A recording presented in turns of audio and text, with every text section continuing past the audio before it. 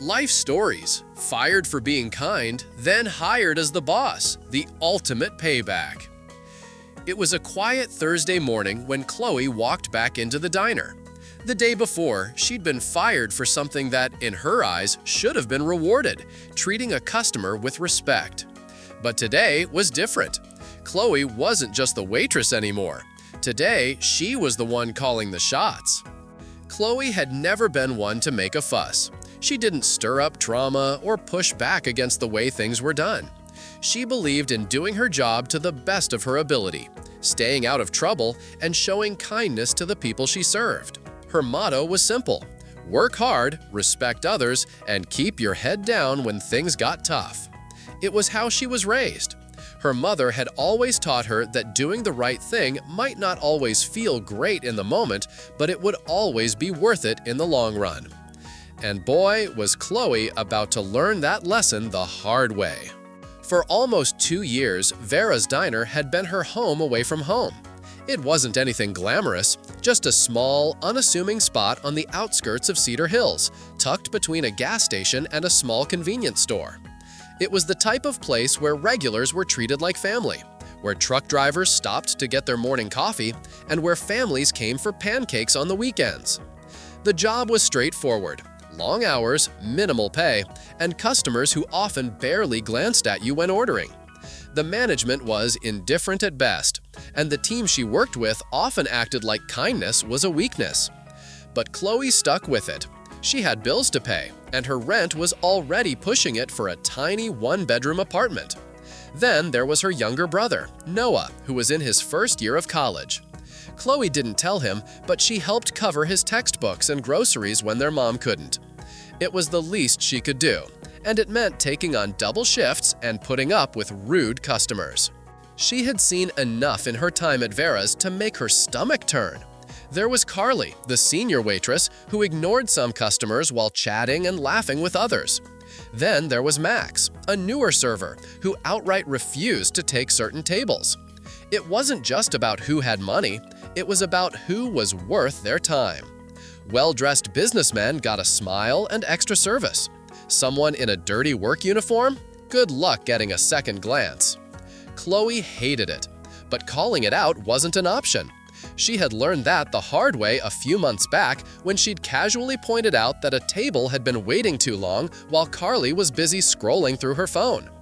Carly had shot her a look and said, "You don't get paid extra for being a saint." Chloe had learned that day that in this place, you either went along with the way things were or kept your mouth shut.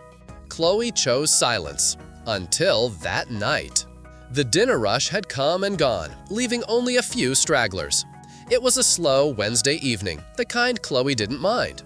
Fewer customers meant fewer complaints, fewer spills, and less forced politeness from coworkers, who only bothered to be nice when it was convenient. She was at the counter, refilling sugar dispensers, when the bell over the door jingled. An older man walked in. His clothes were neat but worn, a simple button-up and slacks.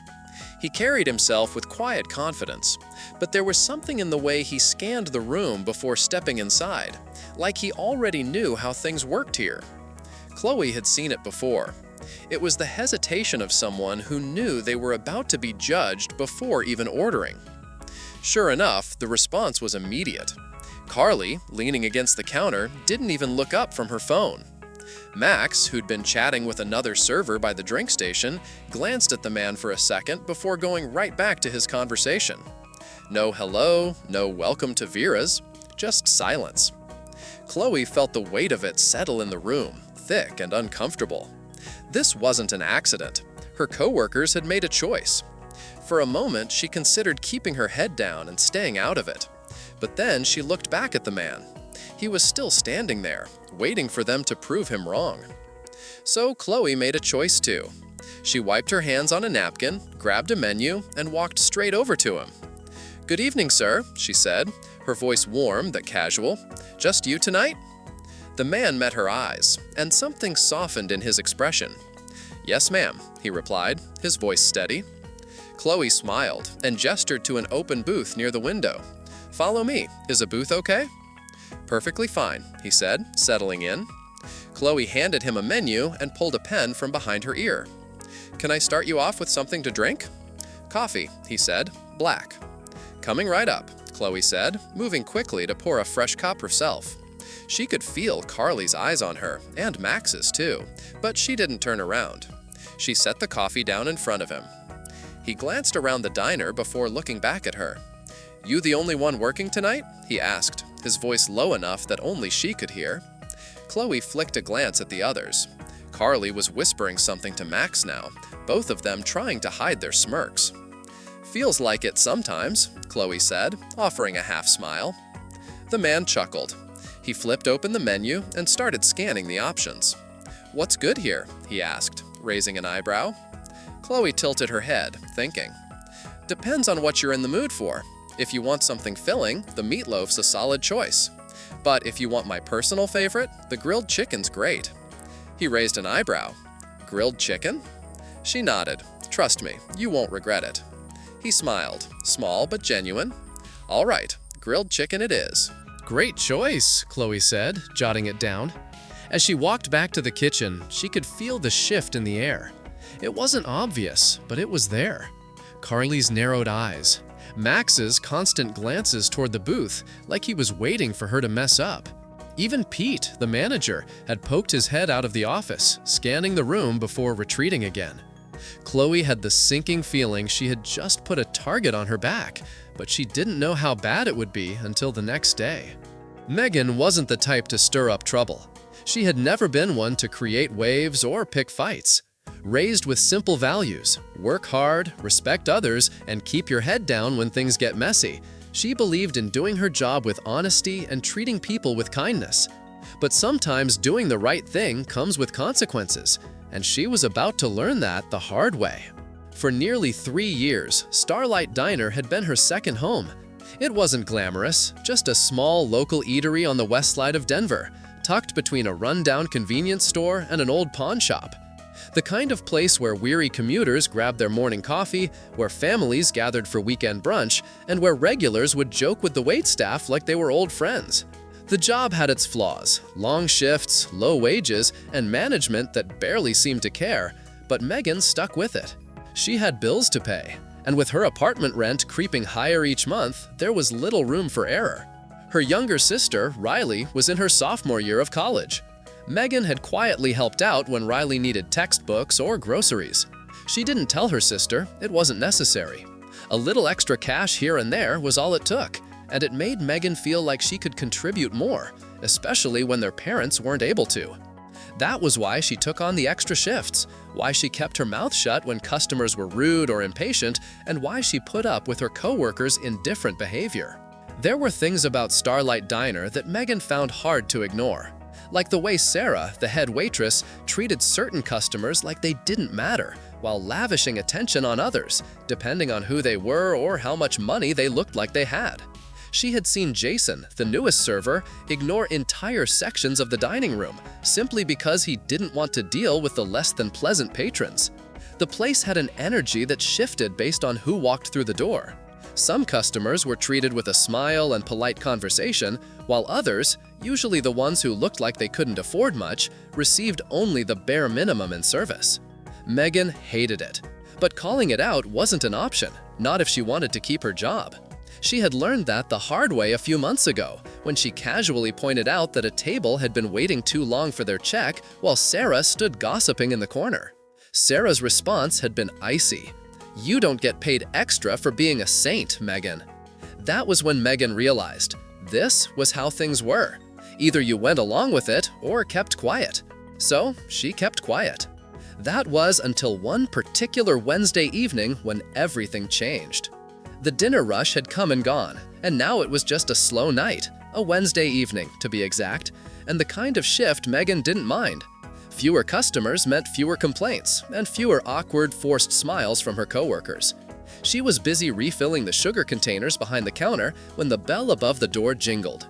A man walked in, an older black man, neatly dressed in a clean but faded button-up shirt and slacks. His posture was relaxed but alert, as though he was scanning the room, taking in the vibe, before deciding where to sit. Megan recognized that hesitation. She had seen it before in customers who knew exactly what kind of reception they were going to get based on how they looked. Sure enough, there was no greeting from Sarah, who was sitting on the counter scrolling through her phone. Jason glanced up, made brief eye contact, and then went right back to talking to one of the other servers. It wasn't an accident. It was a choice, one Megan couldn't ignore. For a second, she considered staying out of it. It would be easier. But when she looked at the man again, standing there in silence like he was giving them a chance to prove him wrong, Megan made a choice. She walked over to him. "Evening, sir," she greeted, her voice casual but warm. "Just you tonight?" The man met her eyes, his expression softening. "Yes, ma'am." Megan gestured toward an empty booth by the window. "Follow me, please." She walked ahead, noticing how he paused for just a moment, assessing the room. As she helped him settle into the booth, she handed him a menu and said, "Can I get you something to drink?" "Coffee," he replied. "Black." "Coming right up," Megan said, already on her way to the coffee pot. She could feel Sarah's eyes on her, and Jason too, but she didn't give them the satisfaction of looking back. She returned with a fresh cup, set it in front of him, and took a moment to make small talk as he looked over the menu. "What's good here?" he asked. Megan tilted her head thoughtfully. "Well, if you're looking for something filling, the pot roast is made fresh every day. But if I'm being honest, the grilled salmon's my personal favorite." He raised an eyebrow. "Really?" Megan nodded with a smile. "Promise you won't regret it." He smiled back, a small but genuine smile. "I'll take the salmon." "Great choice," Megan said, jotting it down before heading back to the kitchen. As she passed Sarah and Jason, she heard Sarah mutter just loud enough for her to hear, "She's wasting her time." Megan clenched her jaw, but kept walking. She wasn't going to let them get to her, not tonight. By the time she placed the order in the kitchen and returned with a fresh coffee refill, she could feel the shift in the air. The tension had changed. Sarah's eyes were narrowed. Jason was still glancing over at the booth, as though he was waiting for her to mess up. Even the manager, Tom, had stepped out of his office to glance around before retreating back inside. Megan knew what this meant. She had just put a target on her back, but she couldn't undo what she had done. She had treated a customer with respect, and that seemed to be enough to make her stand out. She just had no idea how bad the consequences would be. The next morning, Megan barely slept. She had that feeling in the pit of her stomach, the one she'd had before, like when Sarah had muttered under her breath or when Jason had flashed that smug little grin. She could feel the weight of it, like something was coming. She told herself she was overthinking it, that she'd done nothing wrong. If anything, she had done exactly what a waitress was supposed to do, serve customers. But when she pulled into the parking lot of Starlight Diner the next morning, the dread in her chest tightened. The air was still chilly, and the sun hadn't quite risen over the buildings yet. Megan grabbed her apron from the passenger seat, slung it over her shoulder, and walked inside. Everything was off. Sarah wasn't leaning against the counter scrolling on her phone. Jason wasn't making coffee or chatting with the line cooks. Both of them were watching her, and neither of them said a word. Megan's grip tightened on the strap of her apron. She could feel the weight of their silence. Then, Tom appeared in the doorway of his office, standing there as though he had been waiting for her to walk in. "Megan," he said flatly, "come with me." Her heart dropped. She followed him back to his cramped office, taking a deep breath to steady herself. When she stepped inside, Tom didn't waste any time. "We're letting you go," he said, his words blunt and final. The shock hit her like a punch to the stomach. "What?" she blinked, trying to make sense of what she'd just heard. She couldn't believe it. "I've been here for almost 3 years. I've never missed a shift, never been late." Tom didn't look up from his desk, tapping his pen on the paper. "It's not working out." "Not working out?" Megan could feel the heat rising to her face, but she couldn't stop herself. "This is because of last night, isn't it?" Tom didn't answer, but his silence said everything. Megan felt her chest tighten. "So, I get fired for doing my job?" she asked, her voice growing tight. Tom sighed. "You can collect your paycheck next week." That was it. No explanation, no warning, just out. Megan didn't say another word. She untied her apron, set it on the chair, and walked out. Beth was still standing at the counter when Megan passed. The smug smile on her face only made Megan's blood boil. Jason wasn't even trying to hide his satisfaction. It had been a trap. They had been waiting for this moment. She stepped through the front door, the cold morning air hitting her like a wave. For the first time in 3 years, she had no job, no paycheck, and no backup plan. She sat in her car, gripping the steering wheel until her knuckles went white. How was she going to pay rent? How was she going to help Riley? She had nothing. Then her phone buzzed. It was an unknown number. Megan hesitated but answered anyway. "Hello?" "Megan," a deep voice said, "this is Richard Lawson." She frowned. "Who?" "The man you served last night." Her heart skipped. She sat up straighter. "Oh, yes, sir. How can I help you?" Richard paused, then spoke in a calm but firm tone. "I heard what happened." Megan exhaled slowly. "Yeah, I guess I should have seen it coming." There was a long pause on the other end of the line. For a moment, Megan thought he had hung up, but then his voice came back, softer, but with an edge of authority that made her sit up straighter in her car. "I'm going to make a call. I'm going to fix this for you." Megan blinked, the words sinking in slowly. "Wait, what? What do you mean? Who are you?" He didn't give a direct answer right away, but there was something in his tone that suggested he wasn't just some random customer, that he had some power or influence. "I don't have time to explain it all right now, but you treated me with respect, and that's more than I can say for the people at that diner. Trust me, you've done the right thing." Megan's mind raced. "Look, I don't know what you're talking about. I just did my job. I didn't expect." "To be punished for it?" Richard interrupted, a bit of a knowing chuckle in his voice. "No, I understand, but sometimes the right thing doesn't always align with what people expect, especially in places like that. Let me help." Megan swallowed. She didn't know what he was offering, but she also had nothing to lose. She was out of options. How? "Leave it to me. You'll hear from me soon. Trust me, this will be fixed." Before she could respond, the line went dead. She sat there in silence for a few moments, staring at her phone, as if it might give her some kind of answer. But there was nothing. She couldn't help but wonder who this Richard Lawson was, what his connection to the diner was, and how he even knew about her situation. And, if she was being honest with herself, she had to admit there was a part of her that felt a little uneasy about accepting help from a stranger. But at the same time, what other choice did she have? She let out a breath and started her car, not knowing where this new, unexpected turn in her life was headed. But she couldn't help but feel like maybe, just maybe, this was the break she had been waiting for. The next few days were a blur. Megan found herself replaying the conversation with Richard over and over in her mind, trying to make sense of it. She didn't hear from him right away, and she tried not to let her thoughts get the best of her, but the uncertainty was unbearable. Every day she checked her phone obsessively, waiting for a call or a message, but nothing came. In the meantime, her financial situation was becoming more urgent. Her rent was due in a week, and Riley had been asking for money for her textbooks. Megan felt like she was walking a tightrope, one step away from losing everything. She spent her days applying to other jobs, fast food, retail, anything that would give her a paycheck to make ends meet, but each application seemed to get lost in a sea of others. Then, exactly 4 days after Richard's mysterious phone call, her phone buzzed. The name on the screen made her heart skip. Richard Lawson. She answered immediately. "Hello?" "Hi, Megan. It's Richard. I told you I would fix this." Megan's mind raced. How?"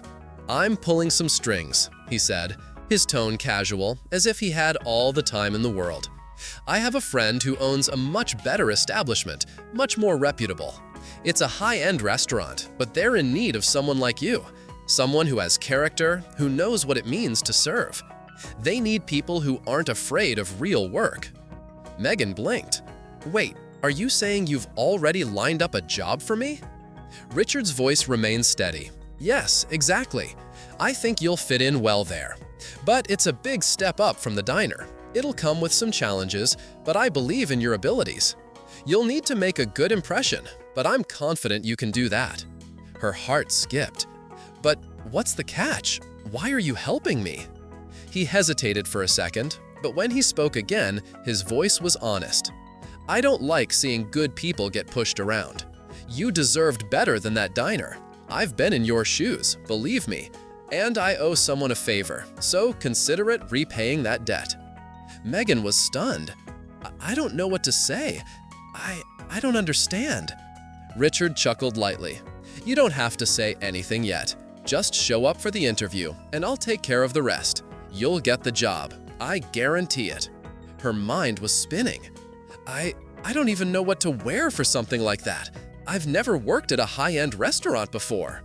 That's the least of your worries, he reassured her. Just come as you are. Show them your integrity, and the rest will follow. They're not looking for perfection. They're looking for someone who's real. Megan felt a small spark of hope flicker in her chest. This could be her chance, the real chance she had been waiting for. Okay, she said, her voice firmer than it had been in days. I'll do it. Good, I'll have my assistant call you with the details. You'll be fine, Megan, trust me. And just like that, the call ended. The next day, Megan found herself standing outside a sleek, modern building in downtown Denver. It looked nothing like the rundown Starlight Diner, more like a place where celebrities would dine, with polished glass windows and a sleek logo that looked too expensive for her taste. She had spent the night pacing around her apartment, wondering if she was out of her depth. But Richard's words kept echoing in her mind. Show them your integrity. She entered through the glass doors, feeling a mix of excitement and nerves swirl in her stomach. The receptionist gave her a welcoming smile, and in no time, she was escorted into a small office where she met with the hiring manager, a tall, sharp-dressed woman with a commanding presence. Her name was Kate.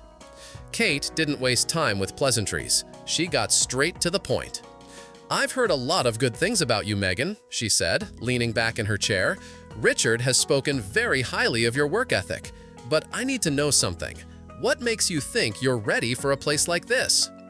Megan took a deep breath, feeling the weight of the moment. She thought of Starlight Diner, the customers, the co-workers, the way she'd been treated. She thought about her family, her struggles, the constant fight to survive. And then she spoke with complete honesty. I've been a waitress for years. I've seen all kinds of people. Rude customers, ungrateful bosses, co-workers who don't care. But I've never given up on doing my best, even when the world doesn't seem to care. I've learned how to stay calm under pressure, how to smile even when I'm exhausted, and how to keep going, no matter what. I'm ready to do that here too, but I'll do it with a little more respect for myself. Kate didn't say anything for a long moment, her gaze fixed on Megan. Then, finally, she nodded. You've got the job. Megan's heart leaped in her chest. Wait, really? Kate smiled, a small, approving smile. Yes, really. We need people who care about what they do, and I can tell you're one of those people. Megan couldn't believe it. She had just walked into the restaurant expecting nothing but an interview, and now she was walking out with a job. As she left the building, her heart still racing, she couldn't help but feel a mix of gratitude and disbelief. For the first time in days, she felt like she had a future again. And maybe, just maybe, she was finally starting to see a glimpse of what was possible for her life after all. Megan stood outside the restaurant for a few moments, her hands shaking slightly as she processed what had just happened. She had expected an interview, a grueling one, full of questions about her past jobs, her weaknesses, and her strengths. But instead, she had gotten a job offer, almost out of nowhere. Her phone buzzed in her pocket, breaking her from her thoughts. It was a message from Richard. I knew you could do it. Don't forget to celebrate tonight. You've earned it. A small smile tugged at her lips, and for the first time in a long while, she allowed herself to feel a bit of pride. Richard, this stranger who had stepped in at the perfect moment, had somehow made all of this possible. She wondered what strings he had pulled to get her this opportunity, but she didn't want to dwell on it too much. The job was hers, and that was all that mattered now. Megan glanced at her watch. The next few hours would be a whirlwind. She had to call Riley and let her know the good news. Then she would need to figure out what to wear to her first shift. She couldn't mess this up, not after everything that had happened. She stepped into her car, the cool breeze of the early evening wrapping around her as she drove home. Her phone rang again. This time it was her mom. "Megan, I just got your message. You got the job? I can't believe it. I'm so proud of you." Megan laughed, feeling a lump form in her throat. "Yeah, Mom, I got the job. It's at a really nice place. I don't even know how to explain it. I didn't expect it at all." "You deserve this. You've worked so hard. I'm so glad it's finally paying off." Megan's throat tightened as she realized how much she'd missed hearing that. She hadn't felt like she'd really earned anything in a long time, not in a way that felt right. This felt like something she'd worked for, something she could be proud of. After hanging up with her mom, Megan sent a text to Riley. She wasn't sure how much to say. Riley had always been a little suspicious about where Megan's help had come from, but she didn't care. "I got a job, a real one. I start next week." Riley's reply came almost immediately.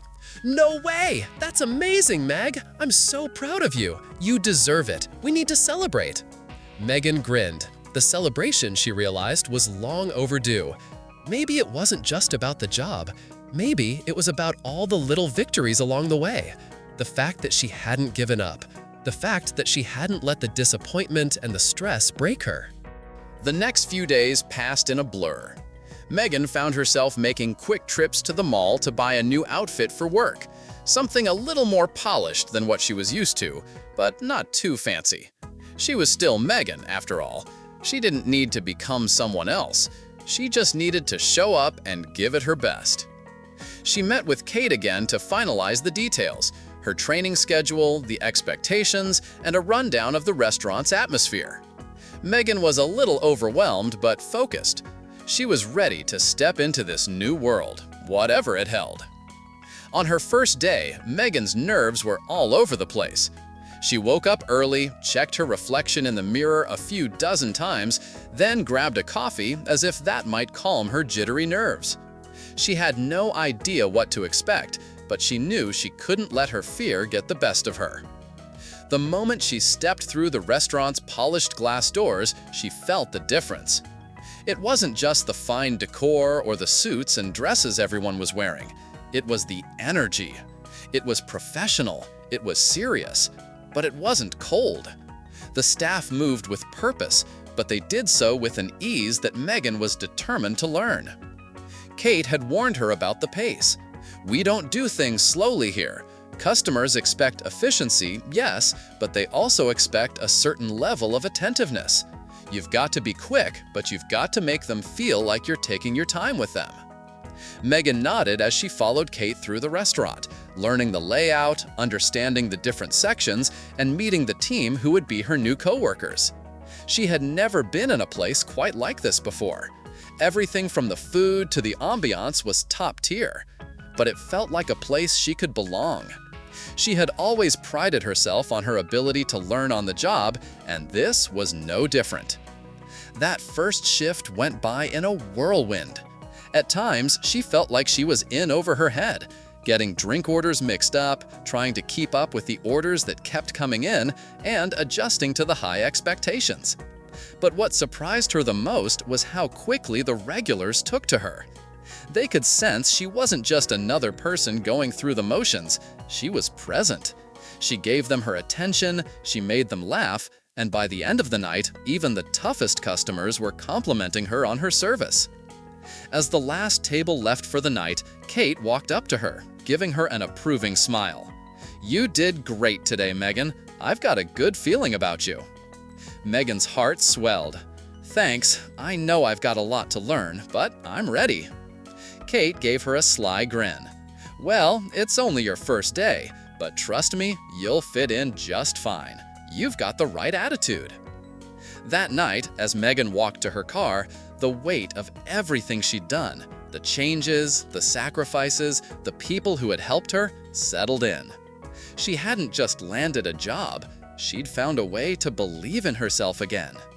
She pulled out her phone to call Riley. Guess what? Riley's voice was excited on the other end. What happened? I made it through my first shift, and I think I actually did pretty well. That's amazing, Meg! I knew you could do it! You deserve this! Megan felt a rush of warmth at her best friend's words. Thanks, Riles. I really needed this. I really needed to believe that I could do something more, and I think this might be it. She sat in her car for a moment, just soaking in the new sense of possibility. For the first time in a long time, Megan felt like she was standing on the edge of something big, something real. And maybe, just maybe, this was the start of a whole new chapter. Lessons learned. The story of Megan highlights the importance of resilience, self-belief, and the value of second chances. Megan's journey teaches that success is rarely a straight line. It's full of setbacks, doubts, and moments of vulnerability. Yet it's in these challenging moments that growth happens.